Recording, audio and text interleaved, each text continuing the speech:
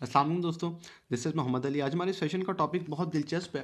वो ये है कि कभी कभी ज़िंदगी में हम कैसे कभी ऐसे गैर शऊरी, गैर ख़त्मी, गैर अक़ली फ़ैसले कर लेते हैं जिनका ख़मियाज़ा हमें कहीं ना कहीं ज़िंदगी में भुगतना पड़ता है। ये किताब का नाम है प्रेडिक्टेबल इर्रेशनल्स। इसके राइटर हैं डैन एली। वो अपनी कहानी, सच्ची कहानी इस किताब के अंदर बताते हैं कि एक हादसे के अंदर 70% उनका जिस्म जो है वो जल गया और उनको इसके इलाज के लिए 3 साल हॉस्पिटल में रहना पड़ा। इस दौरान सबसे दर्दनाक और मुश्किल बात ये थी कि जब उनकी पट्टी चेंज की जाती थी और ये प्रोसेस रोज़ किया जाता था, और जली हुई जिल्द के ऊपर से जब पट्टी उतारी जाती थी तो बहुत तकलीफ होती थी। अब नर्स क्या करती थी कि नर्स जब उनकी जिस्म के ऊपर से पट्टी उतारती थी तो वो पाँव से पट्टी उतारना शुरू करती थी और सर तक जाती थी और बहुत स्पीड से पट्टी उतारती थी। वो बहुत चीखते चिल्लाते, उनको बहुत तकलीफ होती है और ये मरला उनके लिए बहुत दर्द का होता है। और ये दौरानिया तकरीबन 1 घंटा क्या होता और ये पट्टी चेंज करने में तकरीबन 1 घंटा लगता। अब वो इसके दौरान ये सोचते कि क्या कोई ऐसा तरीका है जिससे जली हुई जिल्द के ऊपर से जब पट्टी उतारी जाए तो इतनी तकलीफ ना हो। 3 साल के बाद जब वो सेहत याब हुए तो उन्होंने एक यूनिवर्सिटी के ऊपर इस बात पर रिसर्च शुरू कर दी कि क्या कोई ऐसा तरीका इजाद हो सकता है, कि क्या कोई ऐसा तरीका है कि जब जली हुई स्किन से पट्टी उतारी जाए तो इतनी तकलीफ ना हो। तो उनको ये मालूम हुआ कि नर्स का मेथड एक बहुत ही गैर अकली था और गलत तरीका था जिस तरह वो पट्टी उतारती थी। नस पट्टी उतारती थी पाँव से सर की जानिब। अगर वो यही पट्टी सर से पाँव की जानिब उतारती तो इतनी तकलीफ शायद ना होती, और अगर वो कहीं ना कहीं आहिस्ता या वक्फे वक्फे से पट्टी उतारती तो शायद इतनी तकलीफ ना होती। अच्छा, इस रिसर्च को करते करते उनके सामने एक हकाइक, एक नुक्ता उनको यहाँ पे मिला। वो कहने लगे कि अगर एक नर्स एक्सपीरियंस और ट्रेनिंग के बावजूद ये गलती कर सकती है तो एक आम इंसान अपनी ज़िंदगी में कितने गैर अकली और गैर शऊरी काम फैसले कर सकता है जिनका खमियाजा उनको सारी ज़िंदगी भुगतना पड़ सकता है। वो कहते हैं कि वो अहमकाना फैसले हम कितने कर जाते हैं। उन्होंने जब इस रिसर्च को प्रोसीड किया तो उनको पता लगा कि एक अहमकाना जो तरीका है, जो ऑप्शन है, वो क्या है। उसको वो अपनी किताब में नाम देते हैं द ट्रूथ अबाउट रिलेटिविटी। वो कहते हैं कि एक दिन वो इंटरनेट पे कुछ सर्च कर रहे थे और सर्च के दौरान उनके सामने एक एडवर्टाइजमेंट आई, एक इश्तिहार आया। वो इश्तिहार एक इंटरनेट का इश्तिहार था और इस इंटरनेट के इश्तिहार के अंदर 3 ऑप्शन थे। पहला जो ऑप्शन था, पहला जो पैकेज था वो था इंटरनेट पैकेज। अगर आप पूरे मंथ के लिए अवेल करते हैं तो वो सिर्फ $59 में है।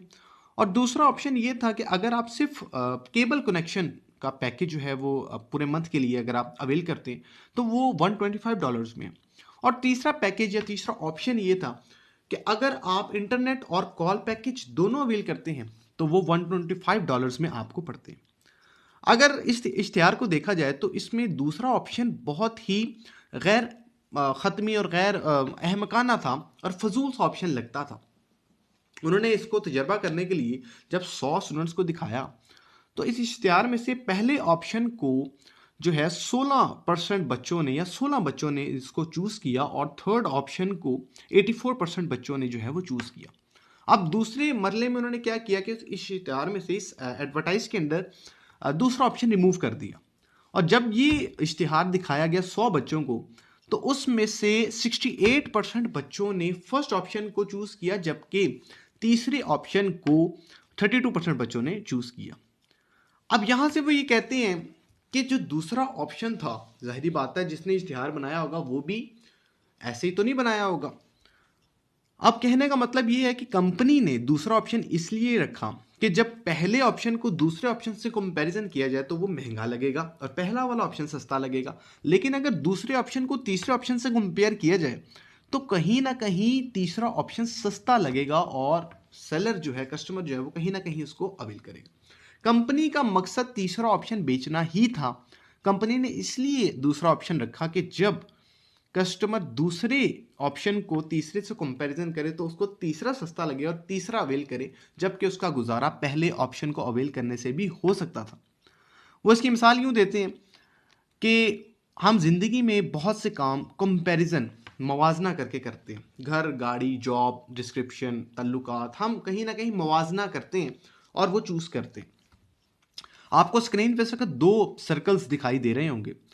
अगर मैं आपसे पूछूं कि इन दोनों में से सर्कल कौन सा बड़ा है, तो आप कहीं ना कहीं ये कहेंगे कि दूसरा सर्कल जो है वो बड़ा है। लेकिन अगर देखा जाए तो दोनों सर्कल्स के अंदर जो सेंट्रल सर्कल है वो एक जैसे हैं, लेकिन दोनों सर्कल्स के जो इर्द गिर्द सर्कल्स हैं वो इतने गैर म्यारी या बड़े छोटे हैं कि हम कहीं ना कहीं उल्टे हाथ पे या उल्टी साइड पे जो आपको सर्कल नजर आ रहा है वो कहीं ना कहीं बड़ा नजर आता है। तो कभी कभी हम जब चीज़ों का मवाजना करते हैं तो मवाजना करने में हम बहुत से गैर अकली और गैर शऊरी फैसले कर बैठते। इसका जो दूसरा ऑप्शन उनको मिला वो कहते हैं प्रॉब्लम ऑफ प्रोकेस्टिनेशन। अब ये क्या चीज़ है, उन्होंने क्या किया कि 3 ग्रुप्स बना दिए और 3 स्टूडेंट्स के ग्रुप्स को एक असाइनमेंट अलॉट की। और पहले ग्रुप को ये कहा कि आप अपनी सबमिशन ऑफ असाइनमेंट जो है उसकी डेट खुद तयन करेंगे, और दूसरे ग्रुप को कहा कि आप सेमेस्टर के एंड तक ये असाइनमेंट जमा करवा सकते हैं, और तीसरे ग्रुप को एक फिक्स्ड डेट दे दी जब उन्होंने वो असाइनमेंट जमा करवानी थी, और उनको ये कहा कि जो जितनी जल्दी असाइनमेंट जमा कराएगा उसको इतने नंबर दिए जाएंगे, और जो जितनी लेट जमा कराएगा उसको उतने कम नंबर दिए जाएंगे। देखा गया कि जो तीसरा ग्रुप था जिसको एक फिक्स्ड डेट दी गई थी उसने सबसे पहले असाइनमेंट जमा कराई और सबसे ज़्यादा नंबर हासिल की, जबकि पहले ग्रुप ने दूसरे फीसद मतलब दूसरे नंबर पे वो आए, और जो दूसरा ग्रुप था वो सबसे आखिरी नंबर पे आया। वहाँ से ये पॉइंट अखज़ करते हैं, वो कहते हैं कि हमें अगर कोई असाइनमेंट दी जाए और अगर उसकी डेडलाइन ना दी जाए और वो काम छोटे कम वक्त में ही हो तो हम उसको ज़्यादा लंबे अरसे तक ले जाते हैं। उनका कहने का मकसद ये था कि जब आप हमें कोई असाइनमेंट दी जाती है, हो सकता है वो असाइनमेंट हमें जितना उसको करने में वक्त लगता है हमें वही वक्त लगे और वो असाइनमेंट हम कम वक्त में भी कर सकते हैं, लेकिन चूंकि हमें वो डेडलाइन ज़्यादा दे दी जाती है तो हम कहीं ना कहीं वो काम करने में लेज़ी हो जाते हैं और एक दिन का काम कहीं ना कहीं हफ्तों में डाल देते हैं, और हफ्तों का काम कहीं ना कहीं हम महीनों में डाल देते हैं, जबकि वो काम कुछ घंटे या कुछ दिनों का होता है। तीसरा पॉइंट है कॉस्ट ऑफ सोशल नॉर्म्स। इसकी मिसाल ये ऐसी है कि आप एक मस्जिद से नमाज पढ़ के घर आ रहे हैं और आपको एक रास्ते में बंदा कुछ सामान देता है और वो कहता है कि वो सामान आप उसकी गाड़ी में रख दें। जब आप वो सामान उसकी गाड़ी में रखते हैं तो वो उसका कुछ मुआवजा आपको देता है। जब वो आपको कुछ पे करता है तो आप यकीनन गुस्सा करेंगे क्योंकि वो काम आपने इंसानियत के लिए किया। अच्छा, हम जो काम करते हैं दुनिया में, और दुनिया में 2 तरह के मिजाज पाए जाते हैं। एक मिजाज होता है सोशल नॉर्म्स और दूसरा मिजाज होता है मार्केट नॉर्म्स।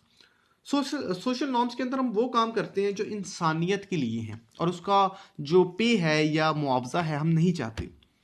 अच्छा, मार्केट नॉर्म्स के तहत जो हम काम करते हैं उसका कहीं ना कहीं हम मुआवजा चाहते हैं। जब हम इन दोनों कामों को मिक्स करते हैं तो हमारी पर्सनैलिटी दरअसल ख़राब हो जाती है। हमें सबसे पहले ये तयन करना चाहिए कि सोशल नॉर्म्स के ऊपर हमने जो काम करने हैं वो कौन से हैं, और जो मार्केट नॉर्म्स के ऊपर हमने काम करने हैं वो कौन से। हम कहीं ना कहीं अपनी सारी ज़िंदगी इन दोनों नॉर्म्स को मिक्स करके गुजारते रहते हैं। अब होता कैसे, हमारी पर्सनैलिटी कहीं ना कहीं ख़राब होना शुरू हो जाती है। और ये बात याद रखिएगा कि सोशल नॉर्म्स जो हैं वो मार्केट नॉर्म्स के मुकाबले में कहीं ज़्यादा ताकतवर होती है। कोशिश ये करें अपनी ज़िंदगी में ज़्यादा से ज़्यादा सोशल नॉर्म्स के काम करें। इस वीडियो को देखने के बाद आप ये फैसला कीजिएगा कि आप अभी तक ज़िंदगी में किस तरह के फैसले करते आए हैं, गैर शऊरी, गैर अकली या हकीकत पर मबनी। कमेंट्स में लिख के ज़रूर बताइएगा और इसी के साथ अपना बहुत ख्याल रखिएगा। अल्लाह हाफिज़।